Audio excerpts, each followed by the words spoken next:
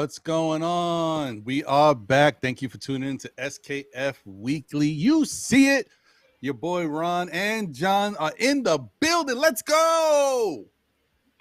I made it. Pew, pew, pew, pew, pew, pew, pew. Sorry. I'm just... Almost. Anyway, almost. You got to cue me if I could set it up. Ready? We're going to do this again. Bad, Ready? My bad. We got to try this one more time. One more time. We got to get this right. All right. Thank you for tuning in to SKF Weekly. Your mans Ron and John are in the building. We back. Pew, pew, pew, pew, pew, pew, pew. Yeah. Pew. Yeah. Okay, whatever. It's all right. It's okay. It's all right. It's all right. But you know, just think in your brain, guys, insert sound here. Pew, pew, pew. Okay, whatever. I'm in a silly mood today. Leave me alone. Don't mind me. Whatever. The Knicks ain't doing nothing. People are losing their minds. Bradley Beal's gone. Whatever. Who cares? Who cares? A week away from the draft. Show, baby. Exactly. Anyway, John, how you doing, brother? I'm good, my man.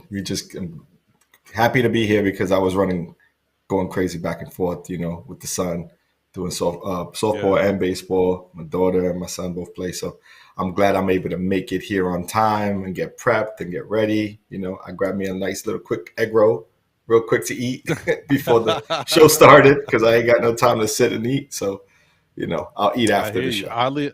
I'm with you. I made some nice pasta with some I made a spaghetti. I think linguine alla vodka. But yeah, I'm gonna eat that after the show too. So I'm with you. We'll be chomping. Yeah, man. Well, listen, we got another good show.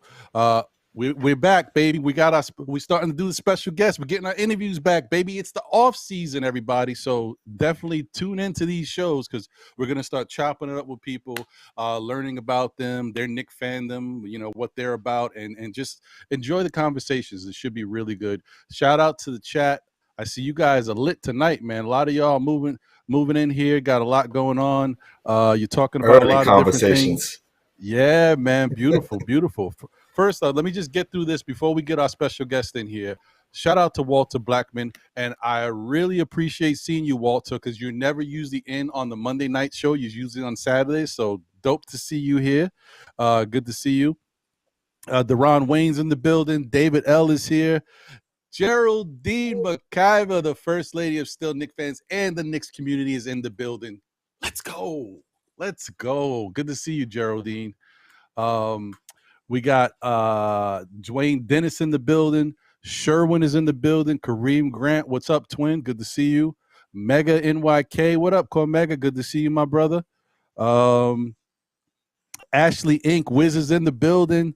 JJ is here.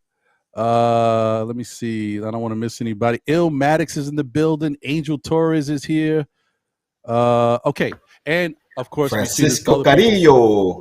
Oh, Francisco Carrillo in the building. What's good? I think I see there's a bunch of other people that are tuned in that are not in the chat. So salute to you guys. Thank you for being here and rocking with us. Now, without further ado. So I had, every Saturday show, Know the Ledge, I mention this gentleman's podcast, right? And I talk about it, and I try to tell you guys to go check them out. Like, comment, subscribe. They got really good content. They're newer to the Knick community, but they've been building, and the channel is growing. And I said eventually we would have a chance to get them on the show to find out, their story. There's more than one of them. Only one's here today, but that's okay. You're in good hands because he's a really good dude, and he can kind of give us the story and also tell us some of the other members that are on the show. And maybe, who knows, we can have them on later, down the line. But without further ado, thank you for being here. I want to introduce Revel from the OrgaKnick Podcast. I always say Organic Fanatics, but it's Organic Fanatics Podcast. I always say it wrong, but I got it right. Okay. So, yes, ladies and gentlemen, thank you and welcome Revel to the show. Let's chop it up with him. What up? Thank you for having me, Ron and John. I appreciate y'all. Salute everybody in the chat. Thank you for having me. Hey, man, it's a pleasure to have you. Thank you for being here. And shout out to PayPal 718. I see you. Thank you for being here as well. Yeah. So as I said, well, first off, before we kind of get into your origin story, because we definitely want to hear about your Knicks fandom, how'd you fall in love with the Knicks, how this all start for you. How many hosts are on the show? So there's 3 of us. It's me, my brother, and my cousin. Should be 4. I got a missing cousin, but it's a family show. Oh, that's dope. Nice. Yeah, that's kind of like how we did Still Knick Fans. It's me and my brother John. So, that's kind of how it worked. We're from different mothers, but we look the same. If you squint your eyes. Right on. Yeah, man. So tell us about, how you got started liking the Knicks, because everybody's got a different story, some good, some bad. Some are just thrust into it by family. So how'd your story start? Born and raised in New York. So me, my brother, my cousins, the one that are all in the show, we're all from New York. We were born in New York. We lived in Queens, Bronx, Manhattan. So we were all over. So some of the intros song there, but we were born in New York. Pretty much that was our team from the beginning, and then carried on with us to when we moved to Miami at a point in time in our life, and we were there at the beginning of the rivalry. But we've been New York fans forever, all our life. Never had no other team. It's only one team only, Knicks Nation. Nice. That's great because they try to say that there's another New York team. I never heard of them. What other New York team in Jersey, from what I remember, but never heard anything else. Giants, Jets. Who we talking about? I'm with you. Yeah, I'm with you. I don't know of any either. Oh no, Rangers. No, maybe you're talking about a different sport. I'm not sure. I don't think the Islanders. The Islanders. That's it. Got it. Okay, cool. So, let me ask you this: was there a point where there was a specific moment, being a Knick fan that you remember the most, like during your childhood or whatever? That's like, oh man, this is my team, or I love this team. Did something happen that really got you?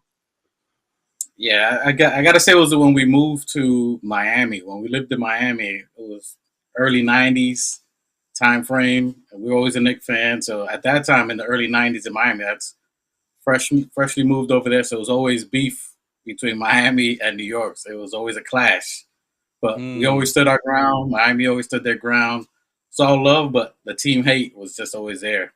So one time I went to actually the Allen Houston game, the infamous layup. I was at the game. I went to go buy some tickets. I was talking a little trash to the lady that was selling the tickets. I was like, yo, put me in the Knicks section. I want to see none of that. Put me in the Knicks. So she got mad. And she put me in the Heat section. I was the only blue jersey surrounded by Heat. So it was a great game, though. We're going back and forth talking trash. I was sweating. We need to win this game. A lot of trash talking in the game, and left out with some props because we had the last shot. Oh man, that's dope. That was a big cemented that. Just I mean, that sucks that you had to be in the Miami section, but the fact that happened, yeah, eat your heart out. That's dope. I don't mind a little trash talking in there. So it was a fun game. We can give it like we dish it. So I was good with it. Okay. All right. That's a dope game to go to. The only game. A little smack talk. We don't mind that. Right. That's a fact. It's great that you were able to make that game because the only game I ever made to was a Nick Van Exel game when he was with the Lakers and he smashed us. And I was all the way in the nosebleeds with my dad. And my dad was like, I don't know why I bought these tickets.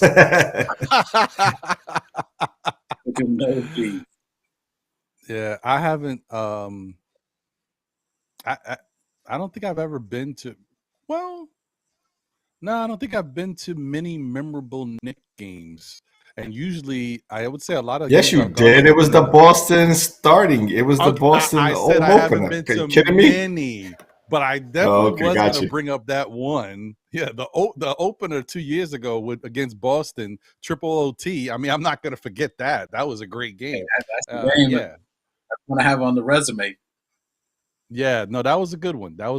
And probably the only one I could point to. A lot of other ones were preseason games, so I'll take that one.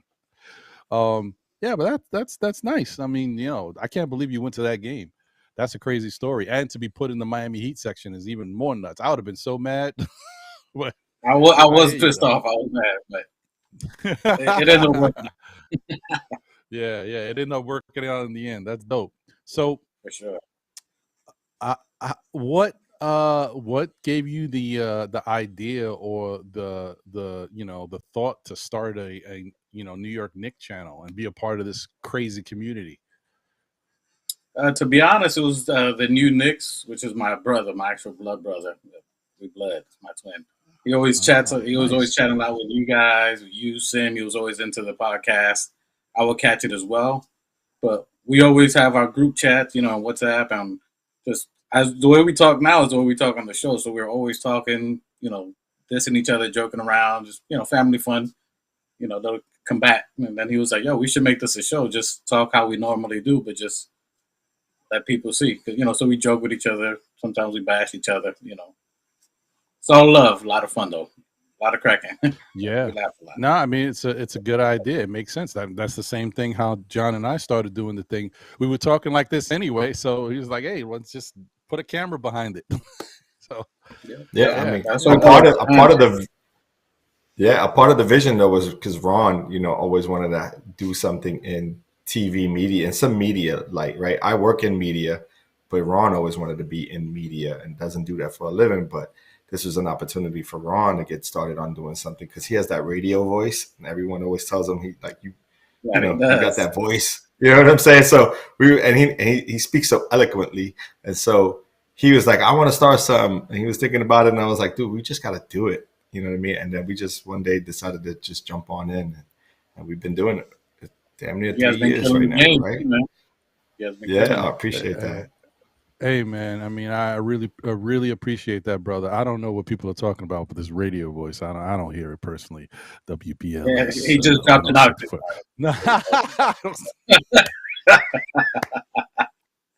I love that. Anyway, okay, all right. So, yeah, that's dope. That is dope. I mean, listen, and quite frankly, that's I think that makes for really good content because. Not only is there, obviously there's content that as Knicks fans we want to hear about, we want to know about, but sometimes just the conversations of being close to somebody and having that personal connection makes the conversation that you guys have so much better. It leads you into other things that are relatable to the Knicks and all this stuff. John and I have that because we grew up together, and in playing, basketball. He was in a different area, but he used to beat our team a lot because they had a lot more continuity. But whatever, let's not get into that. He doesn't need to get a swelled head. Anyway. Yeah. Let's not talk about that. But yeah, having that is good. And then you and the fact that you and your brothers and your cousins, it kind of also reminds me of the Guard Up Knicks podcast because they're out in Carolina and they're like brothers and cousins as well. So it's pretty cool. Yeah, it's dope. Yeah, and I always look at it like it makes the conversation more genuine. You know what I mean? Because y'all all know each other, and so you know what ticks each other's off. You know how to get under each other's skin, things of that nature. So it makes it for good, fun conversations. Oh, man, it's every episode. If you watch us, you'd be like, man, they related. Like we go at each other. Family. You know how it is. Like, yo, sometimes we take it personal. That's dope. I watched, and you guys have some good conversation. So yeah, I mean that makes sense. We definitely triggered. That's good though. That's dope, and I like it. So let me start with something first and get it out the way because the likelihood of it, the chances, the probability is kind of low. So let's just knock that out, right? So this Thursday is the NBA draft. Currently, the Knicks have no picks in this draft. What are your thoughts? I'll start with you, Ruel. Of the Knicks possibly buying a pick because they've done it in the past. They've also moved up and moved out and traded around a whole bunch of picks in the past, but they might buy a pick to get into maybe at least the second round if it suits them. Do you think there's a chance that they might do that? I think there's always a chance. I think it's small this year. Based off of the front office that we have, they're very good at scouting. I mean, they're almost leaps and bounds ahead of research. So I think they've analyzed where they could fit, where they could fall, and where they could use the picks. And I think they've almost made that decision prior to when they were making moves with Cam and how they're moving those first around, knew what they wanted to take advantage of, scouting, being that there's not that many small forwards in this round, and that's what we're mostly looking for. But then they kind of use that to get. And if we're looking at Tibbs, I mean, Thibodeau doesn't really play a lot of rookies, so they're like, let's get people either from the waiver wire or someone we could trade for that we could actually utilize and play rather than someone just sit there 3 years unless it's a transitional talent or something of that nature. So I think they kind of evaluated and took a step back and using it more for bait if they could. It's possible, though. That makes sense. If it is, maybe 20 years or something like that.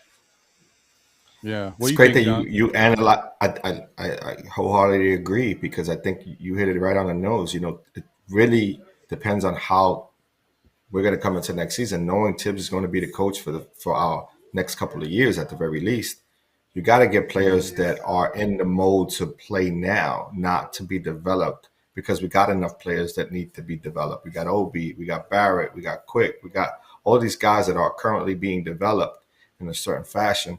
But we need a guy who can just come on in and step in right away and have an impact on this team. And I think you're 100% correct. I think it's someone in the waiver wire that we're probably not even looking at, and they feel like it's a good fit. So we have to wait and see. But I 100% agree. Yeah. There's only one person that I thought that we could go for if we would go. Like Chris Murray's the only one, and only because he's a tall, small forward. He fits what we're doing. He's a catch-and-shoot player. He's long defensively, so I thought he would fit, and he's experienced. He's been there almost 4 years. His brother kind of fell into the role with the Kings. I thought he was someone that, if we were able to get him in that ranking, and I don't think we obviously can get that high, that he would be someone that would fit where Tibbs would be like, all right, I'll play him 10 minutes or something like that where he can shoot or defend. And because of his size, we can utilize him. Yeah, I like Chris Murray as a player. 6'8", so he's got that length, and yeah, he's interesting. It's funny, he's another lefty though, but it doesn't change the way he plays basketball. It's just these Knicks and these lefties. And he's spot on when saying playing like 10 minutes. Spot on. That's a fact. I mean, if like, I could see it happening, but if it happens, that's not a good sign. If it happens, if the Knicks buy a second round pick, it basically tells you, to me, it tells me all I need to know, that they're not going big fish hunting. I feel like if they're doing that, then they're just trying to get some depth. They're trying to add another piece, and then they're also going to look at who they can get on the free agency, like for cheap money, or maybe there's a possibility they could do a sign and trade, but I wouldn't think they're going to do much more than that if they were to do that. I actually don't think the Knicks are going to buy in to the draft. I think they are big fish hunting. I think they're trying to see what fish falls in their lap. And I tell you one thing, though. I'm really going to be paying attention to see what happens here, because there's a lot of rumors. We know that, and a lot of stuff is floating around that people are interested in the Knicks. There's partial rumors about who the Knicks might be interested in as well. But if these type of players are available and the Knicks don't get any of them,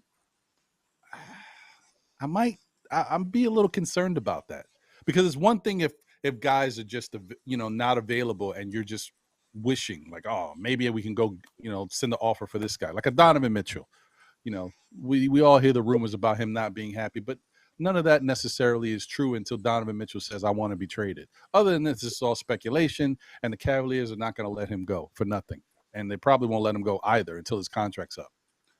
So something like that doesn't make a lot of sense. But if you hear something comes out where it says this player is linked to the Knicks, and there's really good speculation that this player wants out, that for certain, and the Knicks are on the radar, and the Knicks don't get this type of player, yet they're a front runner to get him, I think that's a little disturbing. After what we dealt with last year with Donovan Mitchell, to kind of have that happen again this offseason would be crazy to me.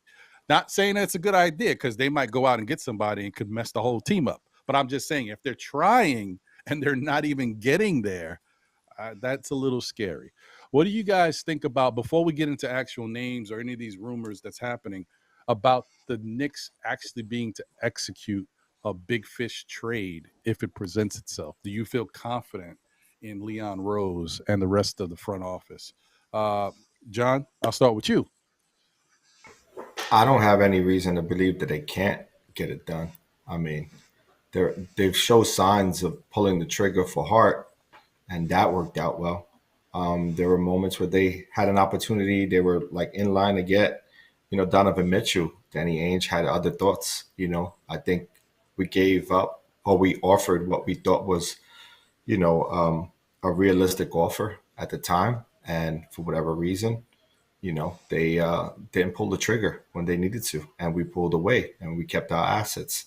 I don't think there's nothing wrong with negotiating the way we did. I think they did what they felt was necessary to start the season off the way we did. And I think right now, we still have a lot of young assets on our team, and we have some veterans that need to come off our books. So I think there's an opportunity here where where other teams could probably cash out on let's say contracts that, like a Fournier contract, just to make the money work.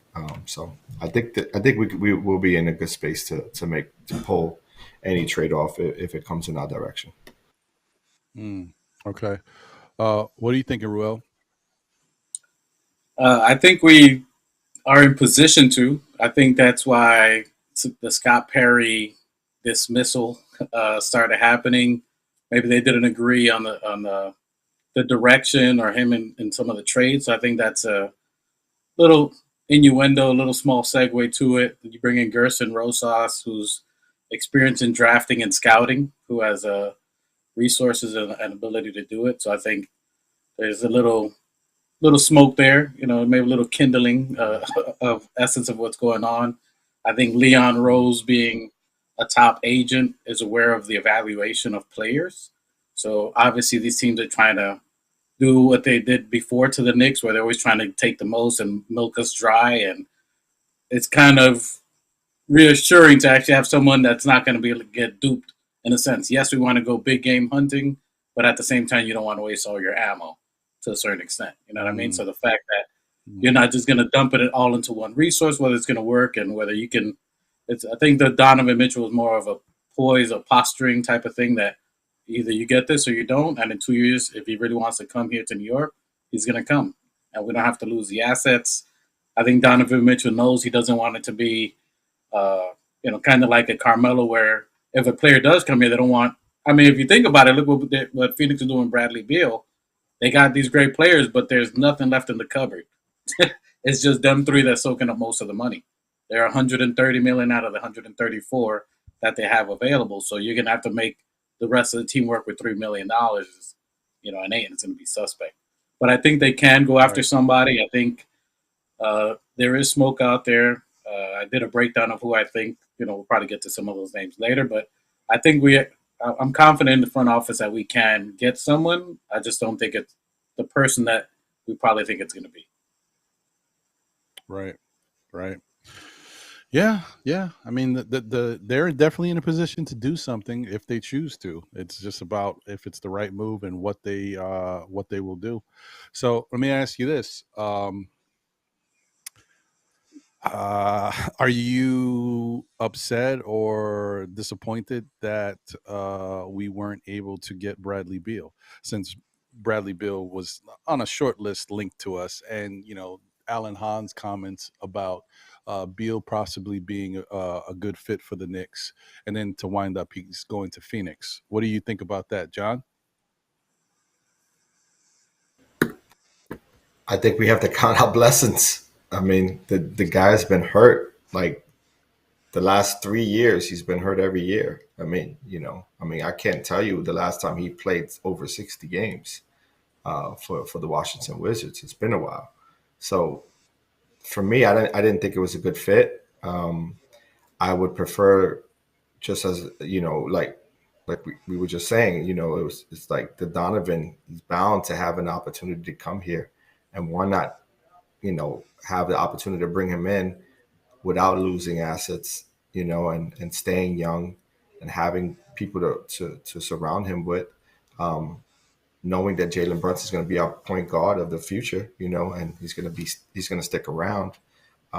It makes sense to maximize the opportunity of, you know, getting Donovan here in free agency. So I mean, if it's a move that we do make, and if it's for like a 2 guard or 3 guard, you know, 2 or 3, I think it's going to be like a short-lived and then moved individual, someone who's going to, you know, kind of be a stopgap until we get the opportunity to bring Donovan here. So that's just my take on it.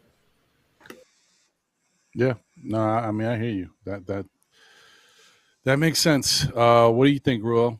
Are you disappointed about not getting Bradley Beal? Not at all. Not at all. And it's not that, I mean, yes, he's a high caliber talent player, but if we're talking about Alan Hahn says he would fit with our Knicks, I don't see it. He's a guard, a shooting guard. He's a scoring guard. Where would he fit? So, I mean, anything that he fits, we're going to have to rotate what we already established. Either you're moving Grimes to a 3, where does RJ go? Where does Grimes go back down to the bench? Same thing that you were dealing with Donovan, just more expensive. Someone who's not as durable as Donovan anyway, and whose contract is extremely exaggerated. You're talking about 55 and 57 million in the last 2 years of his contract. He's 30 years old now, so you're talking about almost a 34, 35-year-old at that point. Father Time always visits NBA players at around 32 years old, 33. So that means we'd be getting him at the short end of his lifespan. And if we're not competing right now within the next 2 years, he was not the player to go for. So I think it was something that we definitely didn't need. I think that's fair. I agree with that. I liked we did the breakdown of Bradley Beal on Saturday, this past Saturday, and I liked some of his numbers, but I was very concerned about his contract. I think it's huge, and I was also very concerned because I feel like we're going to be paying him money for a player that he isn't at this moment. He like I said before, he got that contract when he was averaging 30 points and 31 points per game. He's averaging 23 points per game, but he's making 31 point per game money. I just feel at this point, we probably better off spending that money somewhere else. There's other players that are out there that are cheaper that can give you similar production. So I wouldn't throw all the eggs in one, basket when it comes to that. So yeah, definitely not heartbroken about it. It is what it is. So that being said, shout out to the chat once again. Thank you to those who have jumped in since we started the show. Manchild's in the building. Appreciate you. Jay Boogie is here. Salute my guy. Dripmore, the preferred barber of still Knicks fans and the Knicks community, is in the building. Let's go. Good to see you. Long Island Sound is here. Keith Turner is here. D Coolest 718 is in the building.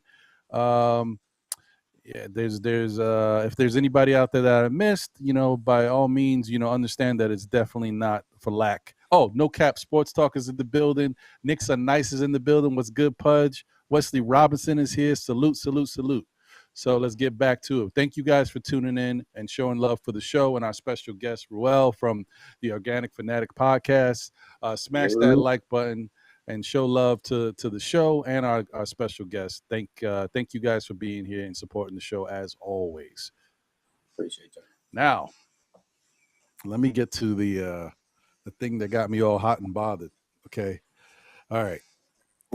So apparently there's a couple rumors, right? The first rumor was just quick that I saw put in the chat. Shout out to Mangelo96. Appreciate you. Thank you for being here. I just saw someone put in the chat that there's a rumor that Kristaps Porzingis might be heading over to LA. I don't know what that looks like. I don't know. Does that mean somebody over there is getting traded that we don't expect to get traded, or Clippers or Lakers? Lakers. I don't know what that is. Are you trying to tell me you want to have LeBron, Porzingis, and Anthony Davis? That's wild. I don't know. I don't know about it. Yeah, but whatever. I don't think so. I don't know. But that's kind of wild. I don't know how that fits. But whatever. That has nothing to do with the Knicks. I'm moving on. Zion Williamson. Apparently, it's starting to make the rounds that Zion Williamson is definitely getting traded on Thursday. That doesn't mean he's coming to the Knicks. Just saying that's the main rumor that's popping up today, that he is definitely getting traded on Thursday. We'll see what that means. Now, another thing that came out of these different rumors and talks is Ian Begley reported that there's 2 different possible trade packages that the Knicks can offer that is felt that could get it done. Whether or not we're happy with that, whether people want Zion is one thing. Another thing is whether you want to give up what's in these 2 packages. Because, I don't know.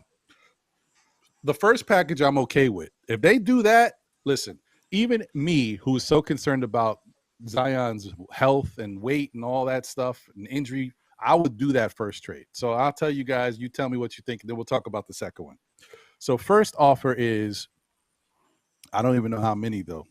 Fournier, Obi Toppin, and multiple first-round picks for Zion. I don't know how multiple that means. If it's 3, I could see 3 or 2, maybe 3. Yeah, I could see 3. I don't know about 4, though. Maybe 3. But if I told you, let's just go for the argument's sake, and we're just guessing. If I said 3 first-round picks, Obi Toppin and Fournier, would you do that trade? John? I want to hear Revel. Let's go, Revel. Come on. I don't know, man. What do you think, Ruel? I first of all, it's not going to work. Not only the money, the money's got to match, but where are you going to? Who's starting? Now between him and Randle. If you're going for Zion, Randle has to be included, and I'm a fan of Randle. I know the ups and downs. You can't have both. Those are 2 pretty much top of their game players right now. If you can't get Obi 10 to 17 minutes now, like, does Randle go down to 17 minutes? Does Zion, I don't know how that would work. In that aspect, I don't know. It would have to be Randle would have to be included in any of the package. It just doesn't make any sense. And then you can have Obi as a backup, so when or if Zion's not playing, then you got Obi making up for that. I just can't see any package for Zion without Randle. Just, it just, I don't know how you play it. Even if they go for it, who you starting? I don't see that trade going down. I don't like that package. Yeah. I'm with you on that. I'm with you, John. You ready to chime in on that, or? It's so weird, man. It's like, what do you do? Like, do you automatically assume that Randle could play the 3? Like, you know what I mean? Do you move into, and there isn't enough basketballs to go around. Like, you're talking about a 1, 2, 3 option. Who's the third option now? Like, you know what I mean? It seemed like the third option was Randle coming off that playoff game. You know what I mean? So, like, what are we really doing? So, for me, I don't think it works. If they're able to make the trade, I'm assuming that trade will spark another trade that will move Randle potentially. But again, I wouldn't. It's not a safe bet, right? To put all your apples on, Zion, because he hasn't really played much. So we don't know what we get in that trade. I agree with that 100%.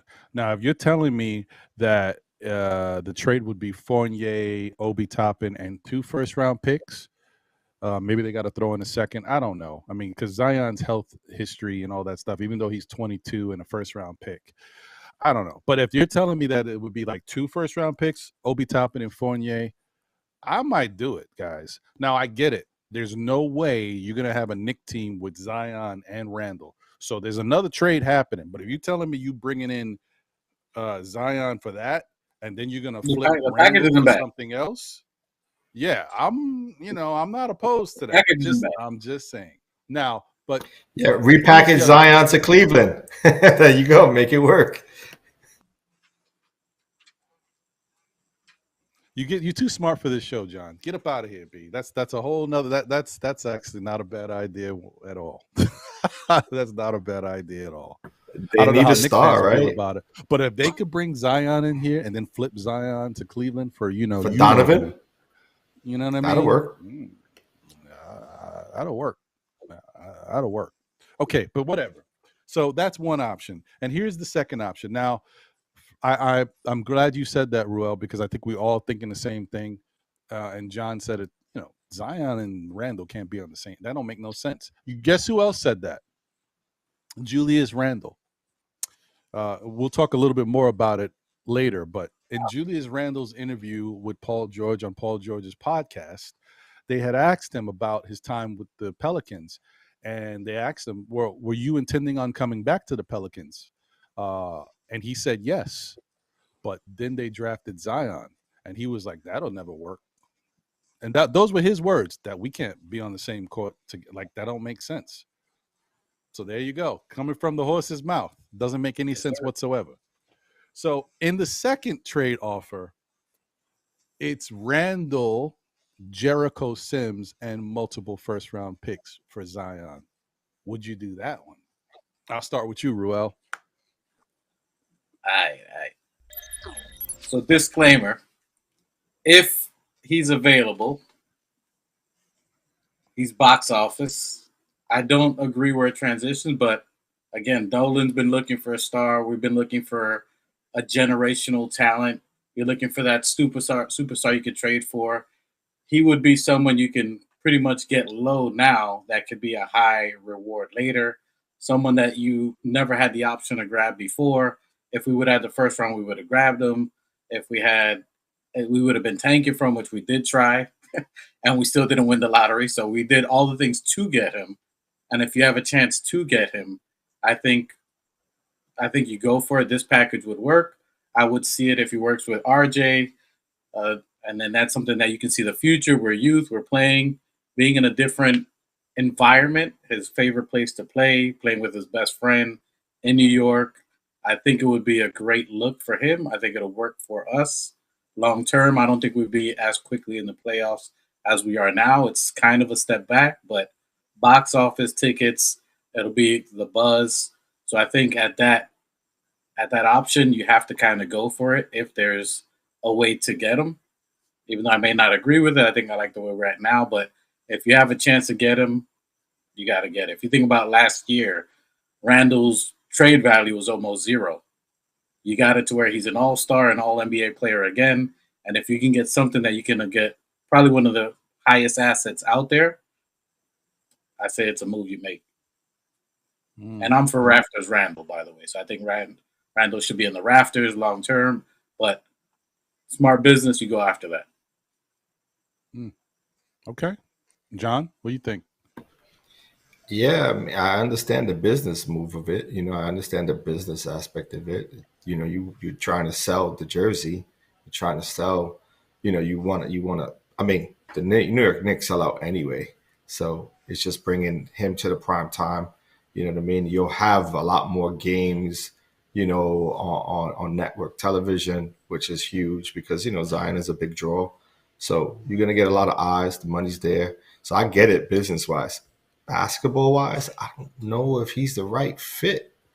You know what I mean? And I don't know if he's the right type of player to play under Tibbs. That's another thing, too, that I'm concerned about because Tibbs wants high motor guys who come in and play and come in shape and aren't worried about what, social media has to say about them or isn't focused on social media. Like, this guy has trouble even being on the court, let alone staying out of trouble when it comes to, the females in his life. You know what I mean? So it's like you're going to get an abundance here in New York. And I don't know if you could stay away from it all. The nighttime is real here in New York City. You know what I mean? The lights are bright, so it's not like back in the Jeter days, right? Where you can hide, there's phones everywhere, so there's paparazzi even when you don't think they're paparazzi out. You know what I mean? So I just don't know if it's a good fit for him personally. I understand that he would need a move like this in order to regenerate his career, or rejuvenate his career. But I just don't see this as a good match, man. I really don't. But yeah. I understand why they would want to do it. Man, it's tough because honestly, guys, I got so many different concerns about bringing Zion to the New York Knicks.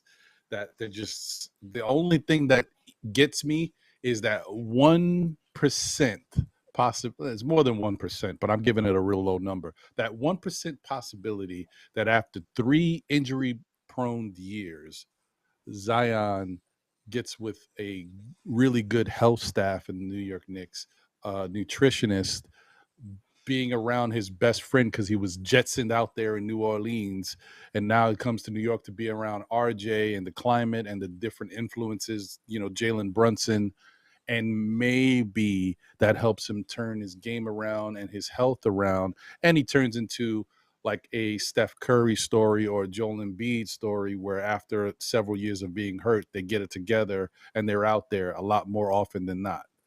Because I got to tell you one thing, if the Knicks, if it's actually there and the Knicks can do it and they don't do it for the right reasons, and then Zion goes somewhere else and he's healthy, I don't want to see the backlash. I don't want to see the Knicks fans losing it. Like, look what happened, because you know how Knicks fans get. So, but I'm just saying, that's always a possibility. Will it happen?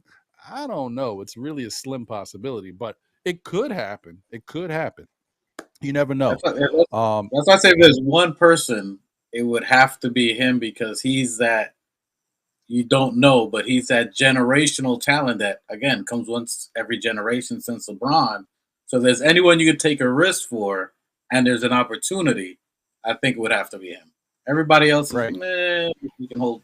But for him, and again, I may not agree with bringing him over, but New York has a health staff. We got great physicians. We got dietitians. We got chefs here. It's a lot of different things playing the environment. As you said with Jalen Brunson, Thibodeau's a different type of coach too. He's you're in shape. Obi, play these 30 minutes. When you're and he'll compete. He sees Obi out here dunking and getting highlights. He's gonna want to play for that starter. You know what I mean? That's just what I think. No, I mean that's fair. Yeah. I think that's fair. It's high risk, high reward. You know what I mean? But listen, you got a guy who could potentially only play 30 games versus a guy who's playing 82 plus games per season. Like this kid, like he's an Iron Man. Like, Randle plays every game, and you know how when you go to a Knicks game, you want to see the stars play. You want to see your stars play, like the top players on your team. He doesn't take a night off, where other players in their prime take nights off. It's like, I'm not paying a ticket to see second string guys play. I want my main guys to be playing. I just don't know. I mean, as a fan, I would feel a little slighted, but I understand for the reasons of trying to sell and be in the market that we're in. I understand the reasons why they would do that high risk, high reward move, but I just don't see how it'll pan out. And not to get into that, because I deliberately avoided it, but in the chat, Dwayne Dennis, you are saying some of the stuff that I'm thinking. If Zion is going to work in the NBA, he needs a lifestyle change. It's not necessarily just about eating.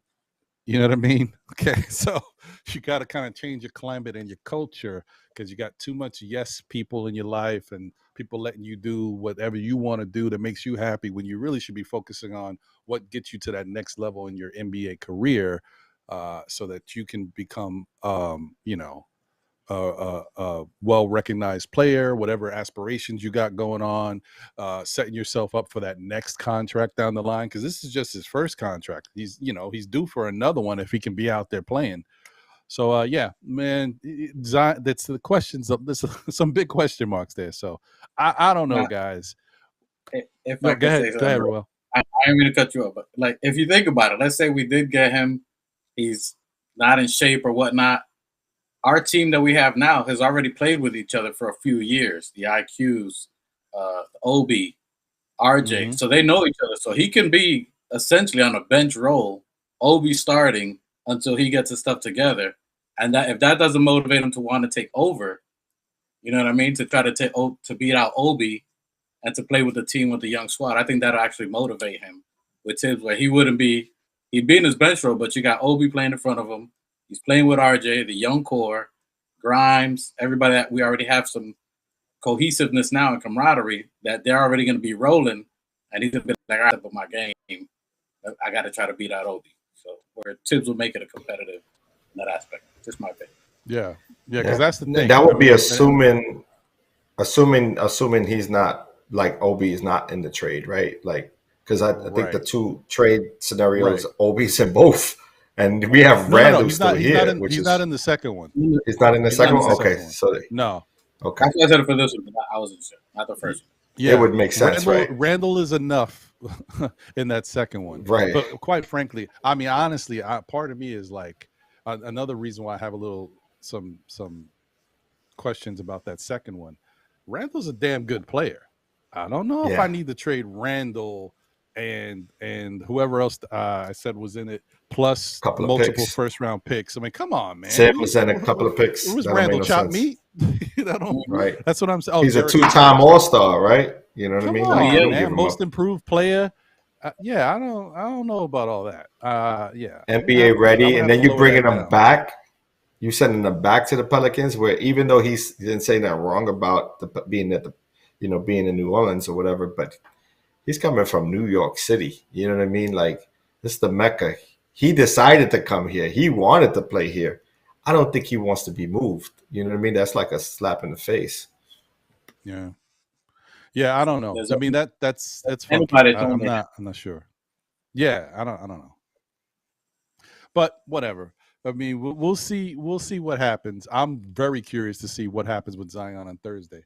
But I don't know. I'll say this too, Ron, real quick. If they move away from Randle, how would Stars feel about that? Would they want to come here? Because then they'll be like, well, this guy put his heart in everything he did for the Knicks. He got them to the playoffs, you know what I mean, in multiple years. And he's played, 40-plus minutes every game for Tibbs. Is like, this is how you treat the guys that you bring on. If I'm a star, I ain't going to want to deal with that. So that's also something to think about. That's a fair point. And just so I can say this, first off, thank you, Keith Turner, for acknowledging that is what Julius Randle said in the interview. And I appreciate you co-signing that. So if I say I heard him say it, then he said it. But I appreciate you co-signing it, because some people be saying whatever. I never heard, at least from rumors or anything, not that I know everything, but from what I've heard, I've never heard anybody say that they didn't want to play for the Knicks because of Julius Randle. In fact, I think Julius Randle is well liked around the league by his peers. He has a lot of good relationships with people. They know he gets a little erratic and wild out there, but they've played with other guys. Draymond Green, other guys in the league have been erratic and wild, but they've contributed to winning and championships. Not saying that Julius has done the same thing. I'm just saying people understand certain players in the league. But what we have heard, and I've heard it twice now. I heard it earlier in the season, and then I heard it right after the playoffs. Apparently, some stars or some players are scared to come play for the Knicks because of Tibbs. So there's that. I don't know, I thought that would change, but apparently it hasn't. So we'll see what happens going forward. But I don't know, man. I'm just interested to see how it shakes out. So outside of the Zion deal, because there is a lot of, on the Knicks side of things, there was some good points made that it definitely sets the Knicks up to make a trade on draft night, because we still retain the rights to certain players, and then after draft night, I think once we hit July 1st, those players become free agents, like Derrick Rose. So I think Sim even brought it up that if we want, we can still use him as a trade chip on draft night. And then obviously, the team he goes to would have to re-sign him, or he could, whatever that goes from there. But you can still use your players even for a small window to make trades. So it really behooves the Knicks, if they're trying to make a trade, to do it draft night, or at least before July 1st. So we'll see what happens, guys. This is how we know if that trade stuff is real or not. going forward, because I'm not sure. Shout out to Shame Ali in the chat. Appreciate you. Thank you for being here, tuning in. Guys, smash that like button. We got 63 watching. I don't know what the likes are at, but definitely smash that like button. Show your love for the show. Appreciate you guys for being here and tuning in and chopping it up with us while we have our special guest, Revel, here from the OrgaKnick Podcast. And shout out to his brother in the building, New Knicks City and Squad. What's good? Good to see you as always. Marvin Smith is in the building. Captain and Coke is in the building as well. And the Public Enemy #1 is here. I think I said Long Island Sound, but I'll say it again. The Long Island Sound is here. Knicks One Today is in the building as well. So thank you guys for all tuning in, supporting the show, and supporting our special guest here today. And shout out to Kareem Grant. What up, twin? I think I already said it, but I'm going to say it again. Okay, so that's that. That's the Zion thing. Now, I did say that just because we lost Bradley Beal, if the Knicks are still looking to make a trade, there is another player out there that right now actually gives you almost identical numbers to Bradley Beal. I was shocked myself when I saw it, but that's Zach LaVine. And he makes less money. Now, John, if you remember, there was a time earlier in the year that Zach LaVine's name was thrown out there in the Knicks trade, and I was like, no. Because I didn't like the contract. I did not want to deal with it. The dude's always hurt. He's injury prone. I have since changed my tune. Okay. The dude played 60-something games I think 61, 62 games last year. This year he played 77 games. Yeah. So I'm going to knock the injury prone off the list. The health is coming back, even though he still might have some bad knees concerns that people are worried about. Physically, we'll see. I don't know. But money-wise, he makes $10 million less or so than Beal each year, something like that. And he's giving you the same numbers, averaging like 23, 24 points per game, giving you the same. I think he's averaging 4 rebounds, 4 assists, similar to Bradley Beal. He shoots 80+% from the free throw line. He shoots 37, 38% from 3. He shoots 50%, 48. I think it's 48 or 47% from the field. I don't see an issue there. If I'm going to do all that and worry about Bradley Beal, why don't I just go get Zach LaVine? What's your thoughts on Zach LaVine, John? Yeah, that's a fact. I mean, I'm right there with you. I mean, I like the trade when they were, sparking that trade opportunity last year. I think Zach LaVine, the one thing he doesn't give you is defense, right? Like, he's not the worst defensive player. Like, he can fill the gaps, right? He can get steals within the gaps, but like he one-on-one defender, he's not the best. He's not going to get blown by, either. Although, but if you ask Zach, he will tell you not many people get by him one-on-one. No, 100%. And I would agree with him. Like he could stay in front of folks. Like he's not getting, he's not getting smoked out there, but he isn't the best strength, like on ball defender in the league, right? He's serviceable. You know what I mean? Mm-hmm. I think the one thing I would like to see him do better at is rebounding the ball on the defensive side. When shots are off the rim, go after it, like a Jaylen Brown does, and if he can do that and he mix that into his game, I think it's a valuable grab. I think scoring wise is what we're missing. Someone who can be a 1-2 punch. Right now, we can't rely on Julius to be a 1-2 punch, right? He's sort of a 1-2-3 type of guy. He's a 2-3 guy more than a 1-2. With Jalen Brunson maximizing the amount of touches that he has, he has the ball in his hands. He's throwing up shots at, regularity. Now you need a number 2 guy, and Zach LaVine could put it up like Barrett can't percentage-wise. Barrett right now is sort of, not really able to hit at a high percentage from within the 3-point range or within it. He hasn't really shot it well, and then he doesn't shoot it well from the free throw line. So it makes sense that a Zach LaVine can be your number 2. Now you have your 2 top players shooting it at a high clip from the 3-point range, from field goal range, and from the free throw line. And that is what we need. So I'm all for it if we can make the move happen. Okay. All right. Revel, it seems like I'm getting that mannerisms that you like the Zach LaVine deal. What's your thoughts on Zach LaVine? Now with Zach, we're talking And again, these are just if we're trying to look for the home run player, the star that we're looking for, star type talent. I'm for standing pat. But if these are attainable stars that you can kind of go out for, he was one out of all the ones that you're hearing from the rumors that fit what we have now, that would fit our timeline because he's 27. Randle's 27. He's at the prime of his career. He does what we need him to do: catch and shoot, 3-pointer. He can drive. He can penetrate in the lane. He can pass. He can dish.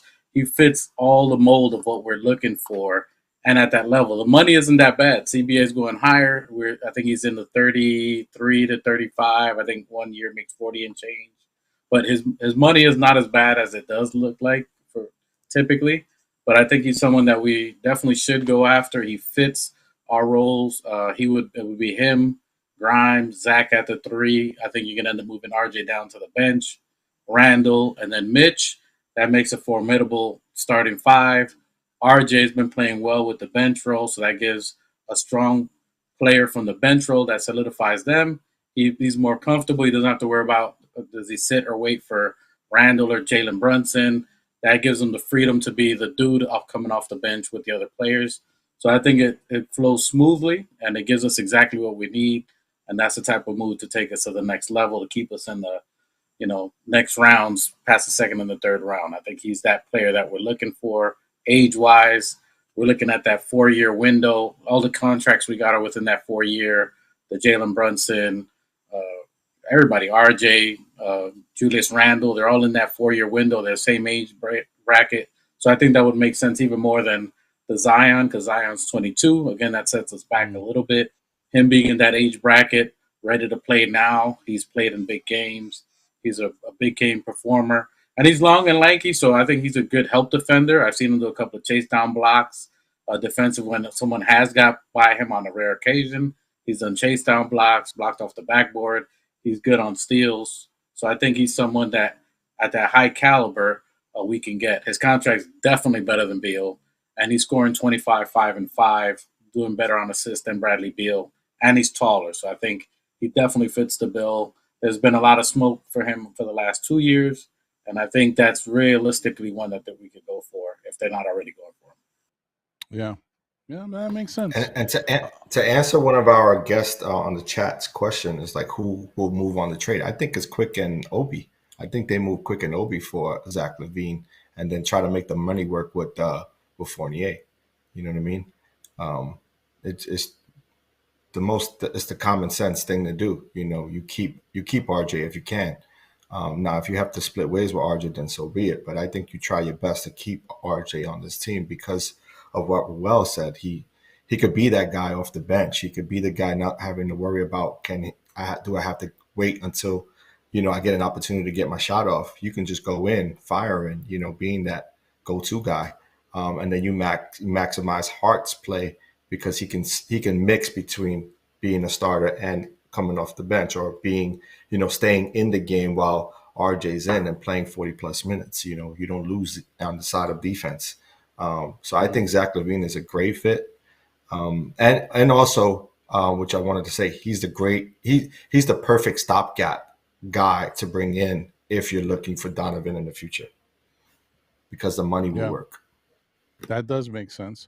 I mean, the other thing is, if also definitely including if you were actually pursuing Zach LaVine, including like Quick and Obi, of course, makes a lot of sense to pull off that trade if you were to do it, because if the Knicks are linked towards Naz Reid, then you go out and you get Naz Reid and he replaces Obi and he becomes the backup, behind Julius. That makes a lot of sense. But, who knows, guys? There's a lot of speculation, a lot of rumors. Until we see it happening, we just got to, kind of say, okay, well, we'll just go with the flow. I'm actually kind of surprised, going back to the Beal thing, that Chris Paul just got shipped out. Like, he's probably like, dang, you sent me to the Wizards, huh? Okay, I got you. But it is what it is, though. It's a business, right? But that's an opt-out, right? What do you think? You think he's opting out and going to like Miami?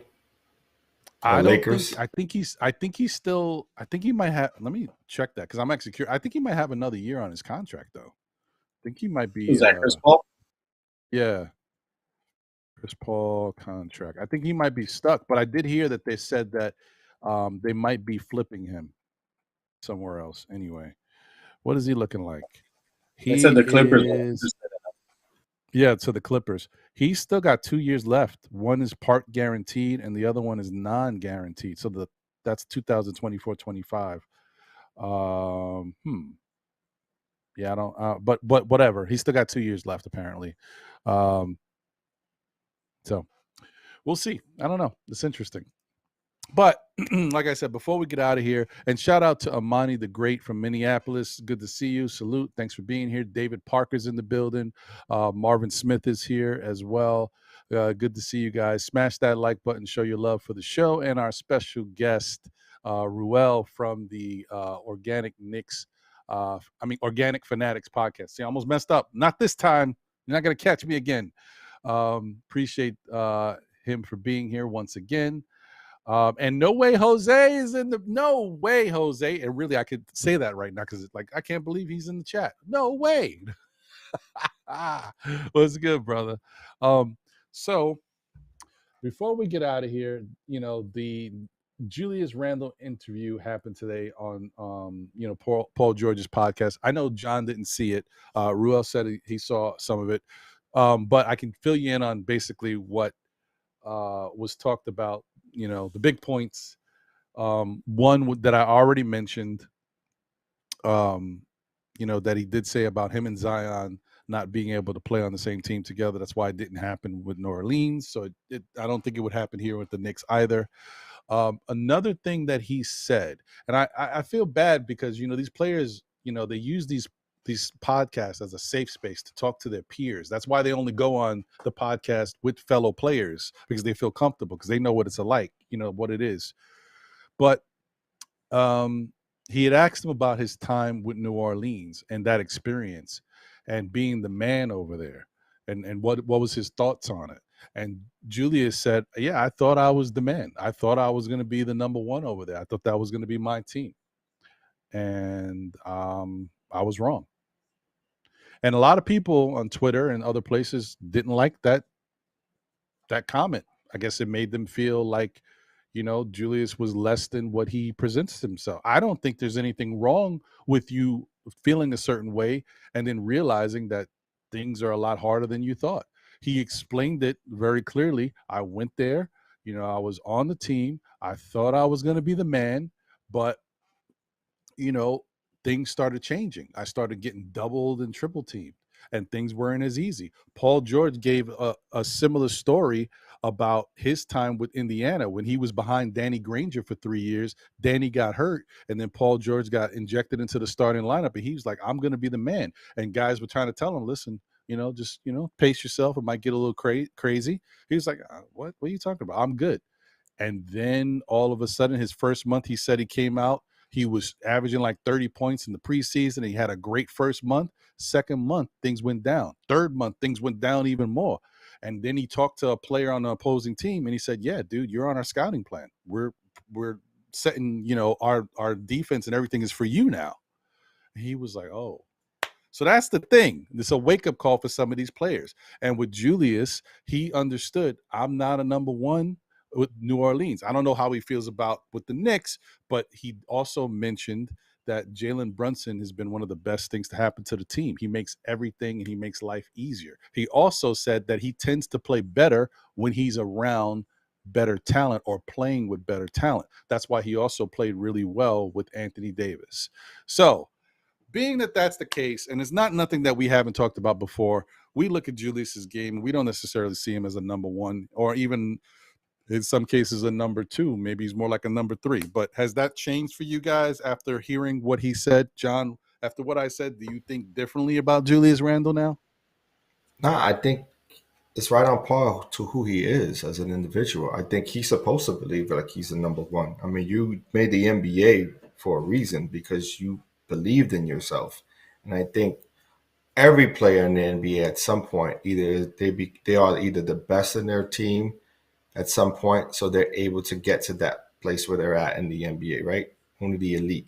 So for me, I think Randle has a capability of being a number two, potentially number one. He was a number one for us for 2 years straight, until Jalen came in. And he showed and proved that he can be that guy. It's just, how can you surround him with the players to uplift the team around him? He's the type of player that needs shooters around him. He also is a type of player that started his career playing in out.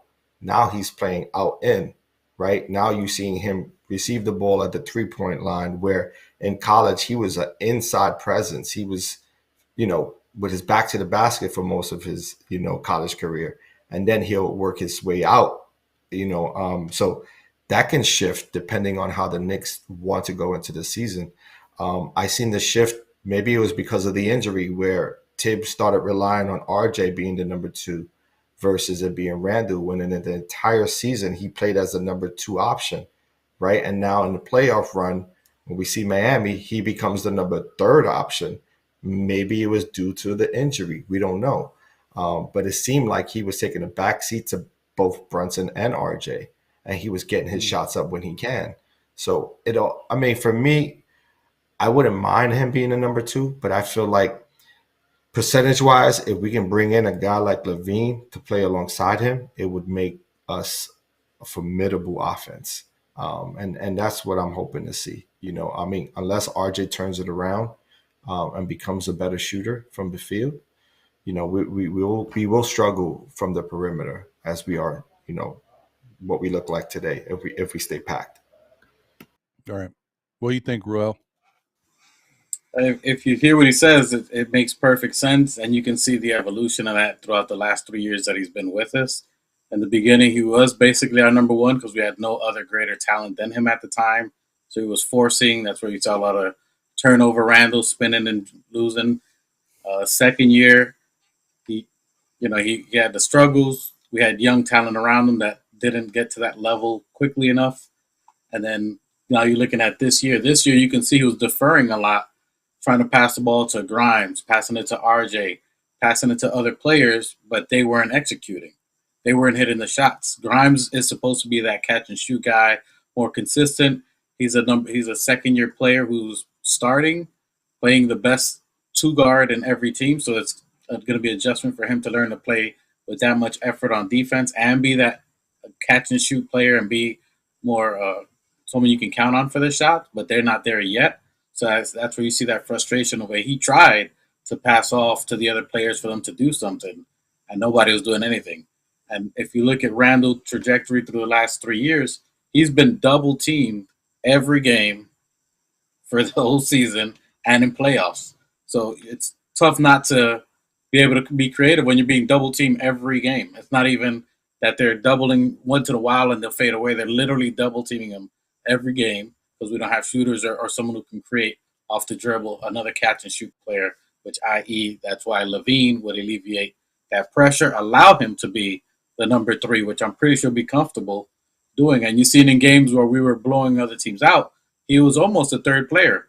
Jalen Brunson will go off. RJ will give you that 15 to 20 points. Grimes was hitting when he hit the 6 threes in the game. When we had that dynamic look for a team, he played freely. That's when he was getting the 57-point game. It was a different flow. So I think he would look to defer to be to that 3 position should we get someone else, a higher talent, someone who's more experienced, i.e. LaVine. I think that's where that would work. Because the other players just haven't panned out yet.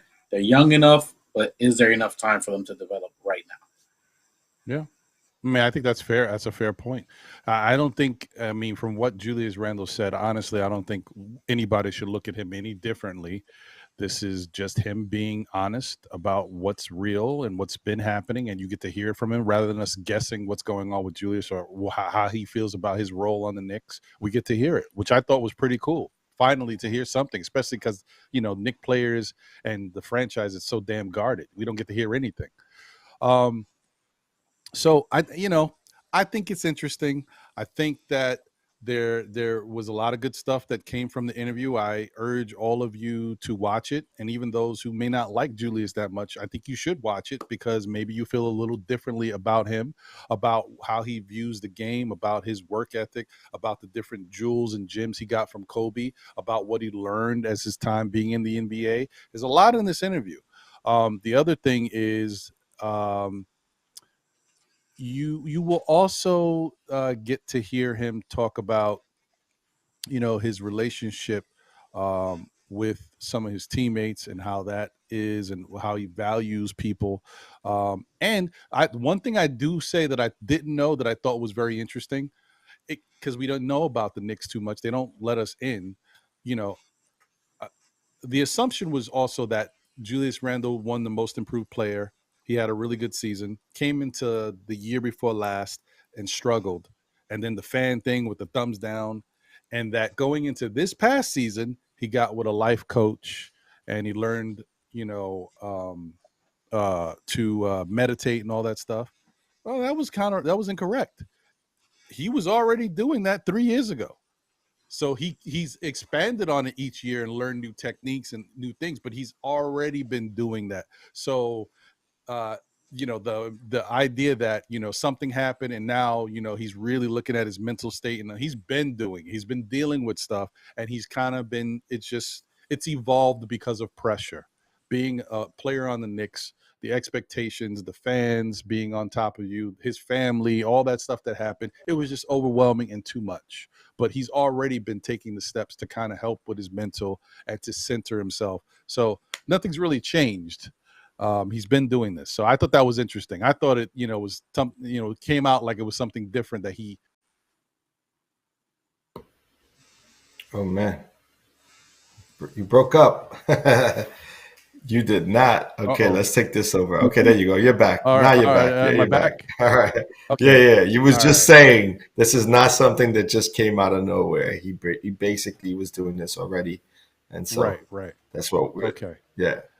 Yeah. Okay. Good. I mean, listen. Anyway, that's a sign, guys, because my internet has been pretty good today, but the past couple days it's been spotty. It's been going off and coming back on. So I'm gonna get up out of here before things get crazy. It was a bit crazy. You hit the Matrix. Yeah. But anyway, thank you guys for tuning in. Smash that like button on your way in if you just joined, or on your way out as you leave the show. We appreciate it. It helps the algorithm. It helps YouTube know that we exist and we're rocking. So thank you as always for being here. And thank you to our special guest, Revel from the Organic Fanatics podcast. Thank you for being here. We appreciate you. Listen, tell everybody, where they can find you, your socials and the show.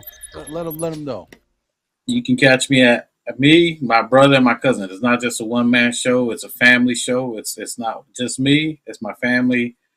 So we'd love to get the content. It's at The Organic Fanatics. So the OrgaKnick Fanatics. Obviously here on YouTube. We're usually on Fridays from 5 p.m. That's usually when we do live, Friday 5 p.m. and Sunday 5 p.m. And then we do shows periodically throughout the week. I'm on Instagram as well, so the Organic Fanatics Podcast, so you can see us there. We're a famcast. We love to chat with everybody. We love to joke and have fun and try to give you all. We got all perspective. We got from hood to good to nerdy to wordy. We got it all. So we'd love to hear from you guys. Love for you guys in the chat. We appreciate y'all. If y'all give us a visit, we appreciate you, Ron. And salute. I appreciate you, John, as well. Thank you guys for having me. Definitely. Am I frozen? I feel like you're back now. You're back. Yeah, you're back. You're kind of freezing in and out. Not sure what's going on. Well, anyway, appreciate you, Ruel, for coming on by. We really, enjoy this part of the season. It's the off season. We're getting an opportunity. Oh, you're coming in and out. Now you're back. You're back. You hit the Matrix. You're back. Close us out, man. Yeah. Okay. Well, thank you guys as always for being here. Tell a friend who tells a friend who tells another friend. Still Knicks fans. We'll be back again, whether it be on Monday nights at 9 p.m. for SKF Weekly, Thursday nights for the NBA report on Nothing But Knicks, but not this Thursday, and probably not next Thursday. But we'll talk about that as we go forward. And then also on Saturdays at 11 a.m. for Know the Ledge. Thank you for rocking with us. We appreciate y'all. This has been a great show. We had a great guest. And definitely like, comment, and subscribe to the Organic Fanatics Podcast. Him, his brother, his cousin, the whole fam, the familia, as I play, folks. Go show them some love and support them, man. It's been great. We out of here. Later. Peace and blessings.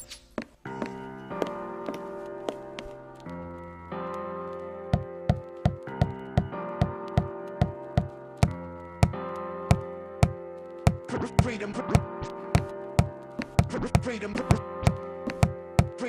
over fame. Freedom over cycle stays the same.